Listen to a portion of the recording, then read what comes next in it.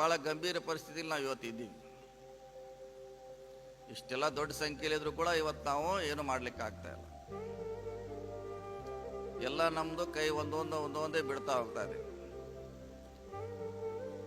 ಹೆಂಗೆ ಮನೆಯಲ್ಲಿ ಒಬ್ಬ ಕುಡಕಿದ್ರೆ ಒಂದೊಂದು ವರ್ಷಕ್ಕೆ ಒಂದೊಂದು ಆಸ್ತಿ ಮಾರ್ತಾನ ಅವನು. ಒಂದೊಂದು ನಾವು ಹಳ್ಳಿಯಲ್ಲಿ ಕೇಳ್ತೀವಲ್ಲ, ಈ ವರ್ಷ ಇದ್ರ ಹೊಲ ಮಾರಿದ್ರಿ, ಮನೆ ಮಾರಿದಂತ ಹಂಗೆ ಪರಿಸ್ಥಿತಿ ನಮ್ದು ಒಂದೊಂದೇ ಕದೀತಾ ಹೋಗ್ತದೆ. ನಮ್ಗೆ ಸಿಗಬೇಕಾದ ಕೇಂದ್ರ ಸರ್ಕಾರದ ಸವಲತ್ತುಗಳು ಇವತ್ತು ಹೋಗಿದಾವ, ಮಾಯ ಆಗಿದೆ. ರಾಜ್ಯ ಸರ್ಕಾರಗಳ ಎಲ್ಲ ಸವಲತ್ತುಗಳು ಕೂಡ ಇವತ್ತು ಮಾಯ ಆಗಿದೆ. ಒಂದೊಂದು ನೋಡಿ ಒಂದೊಂದೇ ಅದನ್ನು ನಿಮಗೆ ತೆಗೆದಿಡ್ತಾ ಇದ್ದಾರೆ. ಆದರೂ ಕೂಡ ನಾವು ನಶೆಯಲ್ಲಿ ಇದ್ದೀವಿ. ಭಾರತ ದೇಶ ಉಳಿಸ್ಲಿಕ್ಕೆ ಸೈನ್ಯ ಇದೆ, 11 ಲಕ್ಷ ಸೈನ್ಯ ಇದೆ. ಇವ್ರ್ಯಾಕೆ ಉಳಿಸ್ಬೇಕಂತ? ಭಾರತ ರಕ್ಷಣೆ ಮಾಡಲಿಕ್ಕೆ 11 ಲಕ್ಷ ಸೈನ್ಯ ಇದೆ, 10 ಲಕ್ಷ ಪ್ಯಾರಾಮಿಲಿಟರಿ ಪೊಲೀಸ್ ಇದೆ. ಇವ್ರದ್ದೇನು ಅವಶ್ಯಕತೆ ಇಲ್ಲ. ತಮ್ಮದು ಬಂದಾಗ ಹಿಂದುತ್ವ, ನಾವು ಬಂದಾಗ ವಾಲ್ಮೀಕಿಗಳು, ದಲಿತರು, ಅವರು ಲೆಫ್ಟು ರೈಟು ಅಂತ ನಮ್ನ ಹೇಳ್ತಾರೆ. ಈಗ ನಮ್ಮ ಸ್ವಾಮೀಜಿ ಅವ್ರು ಕೂತಾರಲ್ಲ, 50 ದಿವಸ ಆಯಿತು, 58ನೇ ದಿವಸದಲ್ಲಿ ಕೂತಿದ್ದಾರೆ. ಇನ್ನೊಬ್ರಿಗೆ 10% ಅನ್ನ ಕೊಟ್ಟರು. ಮತ್ತೊಂದು ಸಮಾಜದವ್ರು ಅವ್ರು ಕೇಳೇ ಇಲ್ಲ, ಹತ್ರ ಅವಶ್ಯಕತೆನೂ ಇಲ್ಲ ಅವ್ರಿಗೆ.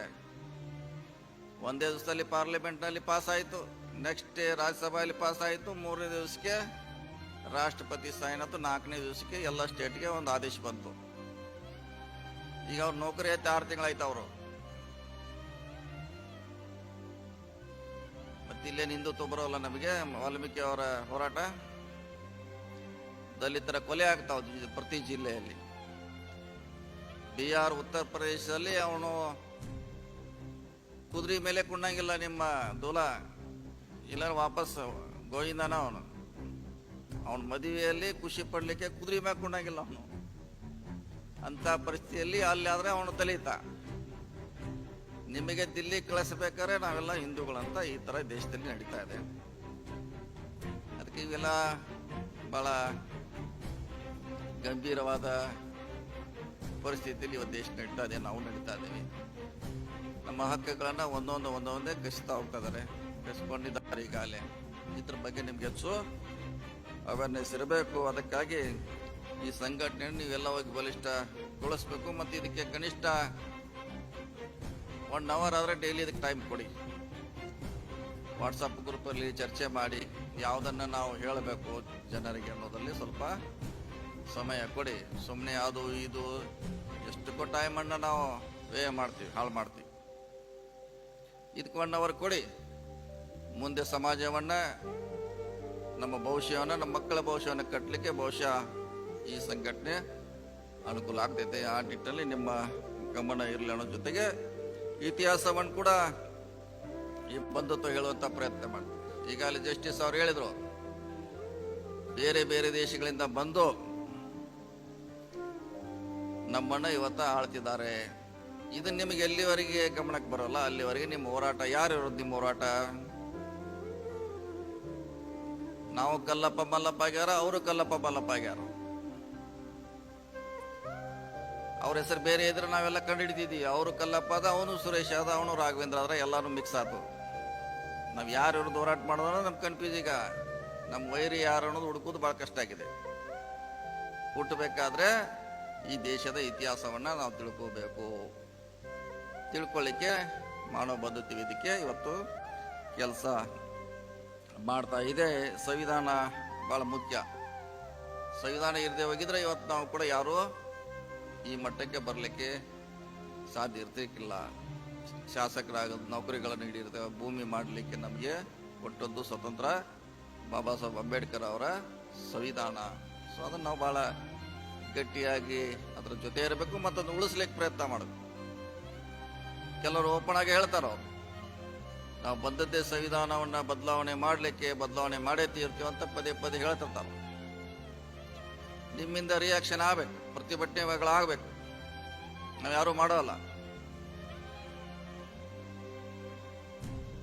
ಅದು ನಮ್ಮ ಒಂದು ಸೆಕ್ಷನ್ ಅವರು ಮಾತ್ರ ಸ್ಟ್ರೈಕ್ ಮಾಡ್ತಾರೆ, ದಲಿತರಲ್ಲಿ ಒಂದೇ ಸೆಕ್ಷನ್ ಅವರು. ನಾವು ಯಾರು ಏನು ನಮ್ಗೆ ಸಂಬಂಧ ಇಲ್ಲದವ್ರ ಜೊತೆ ಕೂತಿ ಅದರ ರಿಸರ್ವೇಶನ್ ಮಾತ್ರ ಅದರಿಂದ ಪಡೆದಿದ್ದೀವಿ ನಾವು. SC STಗಳು, OBCಗಳು, ಒಕ್ಕಲಿಗರು, ಲಿಂಗಾಯತರು ಎಲ್ಲರೂ ಕೂಡ ಅದರಿಂದ ಲಾಭ ಪಡೆದ್ರು ಕೂಡ ಸಂವಿಧಾನ ಅಪಾಯದಿಂದಾಗ ನಾವು ಯಾರು ಕೂಡ ಅದಕ್ಕೆ ಬರೋದಿಲ್ಲ. ಬಹುಶಃ ಚಲವಾದಿಗಳಷ್ಟು ಮಾತ್ರ ಸ್ಟ್ರೈಕ್ ಮಾಡ್ತಾರೆ. ಅವ್ರದ್ದಷ್ಟೇ ಡ್ಯೂಟಿ ಅಲ್ಲ ಅದು, ಚಲವಾದಿಗಳದು ಎಲ್ಲರದು ಡ್ಯೂಟಿ ಅದು ಸಂವಿಧಾನವನ್ನು ರಕ್ಷಣೆ ಮಾಡಲಿಕ್ಕೆ. ಸಂವಿಧಾನ ರಕ್ಷಣೆ ಮಾಡದೆ ಅಂದರೆ ಮತ್ತೆ ಹಿಂದೆ ಇತಿಹಾಸದಲ್ಲಿ ಇತ್ತಲ್ಲ, ಹಿಂದೆ ಪೊರಕೆ ಕಟ್ಟಿಕೊಳ್ಳೋದು, ಮುಂದೆ ಗಡಿಗೆಯನ್ನ ಮಾಡ್ಕೊಂಡು ಊರಲ್ಲಿ ಹೋಗ್ಬೇಕಾಗ್ತದೆ. ಈ ಸಂವಿಧಾನದ ಇಲ್ಲೇ ಹೋದ್ರೆ ಗಡಿಗೆ ಮತ್ತು ಪೊರಕೆ. ಅದಕ್ಕಾಗಿ ಈ ಸಂವಿಧಾನ ಉಳಿಸ್ಲಿಕ್ಕೆ ಎಲ್ಲರೂ ಹೋರಾಟ ಬಹಳ ಅವಶ್ಯಕತೆ ಅಂತ ನನ್ನ ಭಾವನೆ. ಅದನ್ನು ಉಳಿಸುವಂತ ಪ್ರಯತ್ನ ನಾವೆಲ್ಲ ಮಾಡೋಣ. ಮೊನ್ನೆ ಹೌಸ್ಲೇಖ ಅವರು ಪಾಪ ಏನೋ ಹೇಳಿಕ್ಕೆ ಅದೇನು ಕರೆಕ್ಟ್ ಹೇಳಿದ್ರು, ಅವ್ರೇನು ಬಹುಶಃ ಅದ್ರಾಗ ಏನು ತಪ್ಪಿಲ್ಲ. ಆದರೂ ಕೂಡ ಎಲ್ಲ ಮನುವಾದಿಗಳು ಅವ್ರ ಮ್ಯಾಗ್ ಬಿದ್ರು, ಅವ್ರ ಅಪಾಲಜಿ ಕೇಳೋಟ್ಟು ಬಿದ್ರು. ನಾವೇನ್ ಮಾಡ್ತಾ ಇದ್ವಿ ಸುಮ್ಮನೆ ನಮ್ಮಂತಂದು 20 ಮಂದಿ ಕಳಿಸ್ರೆ ಒಳ್ಳೆ ದಿನ ಆಯ್ತು, ಅದ್ರಾಗ ನಾವು ಇದ್ದು ಎಲ್ಲ ಆ ಕಡೆ ಕಳಿಸ್ತಾ ಇದ್ದೋ. ವಾಟ್ಸಪ್ಪಲ್ಲಿ ಬರ್ತೈತೆ ಅಲ್ಲ, 20 ಮಂದಿ ಕಳಿಸ್ರೆ ನನಗೆ ಶುಭಗಳಿಗೆ ಅಂತ ಅದ್ರಲ್ಲಿ ಇದ್ದೀವಿ ನಾವು. ಫಾರ್ವರ್ಡ್ ಮಾಡ್ಕೋತ ಕೂತು, ಯಾಕಂದ್ರೆ ನಾಳೆ 40 ಸನ್ಮಾನು ಲಕ್ಷ್ಮಿ ಫೋಟೋ ಕಳಿಸ್ರೆ 20 ಜನಕ್ಕೆ ನಾಳೆ ಲಾಭ ಆಗ್ತದೆ, ನಾವು ಅದ್ರಾಗಿದ್ದೀವಿ. ಹೌಸ್ಲೇಖ ಯಾರ ಪರವಾಗಿ ಮಾತಾಡಿದ್ರು? ಅವ್ರು ನಿಮ್ಮ ಪರವಾಗಿ ಮಾತಾಡಿದ್ರು. ನೀವಿಷ್ಟು ಜನ ಅವ್ರ ಮ್ಯಾಗ ಅಟ್ಯಾಕ್ ಮಾಡಿದ್ರೆ ಬಹುಶಃ ಅವ್ರು ಸುಮ್ಮ ಆಗ್ತಿದ್ರು. ಅವ್ರು 200-300 ಜನ ಇದ್ರಿ ಇಲ್ಲಿ. ನೀವು ಒಂದೊಂದು ಅವ್ರಿಗೆ ಶಬ್ದ ಗುರಿ ಇಟ್ಟು ಹೇಳಿದ್ರೆ ಇಂಥ ಸಾವಿರಾರು ಜನ ಬರಬೇಕು. ಯಾರೇ ನಮ್ಮ ವಿಚಾರಗಳಿಗೆ ಪರವಾಗಿದ್ದವ್ರ ಅಟ್ಯಾಕ್ ಮಾಡಿದ್ರೆ ಮನುವಾದಿಗಳು ನೀವೆಲ್ಲ ಓಪನ್ ಆಗ್ಬೇಕು. ಸೈನಿಕರು ಹೆಂಗೆ ವಿದ್ಯಕ್ಕೆ ರೆಡಿ ಆಗ್ತಾರೆ ಹಂಗೆ ರೆಡಿ ಆಗ್ಬೇಕು ನೀವು. ವಾಟ್ಸಪ್ಪಿಗೆ ವಿದ್ದೀಗ ರಿಯಲ್ ಯುದ್ಧ ಹೋಯ್ತದು.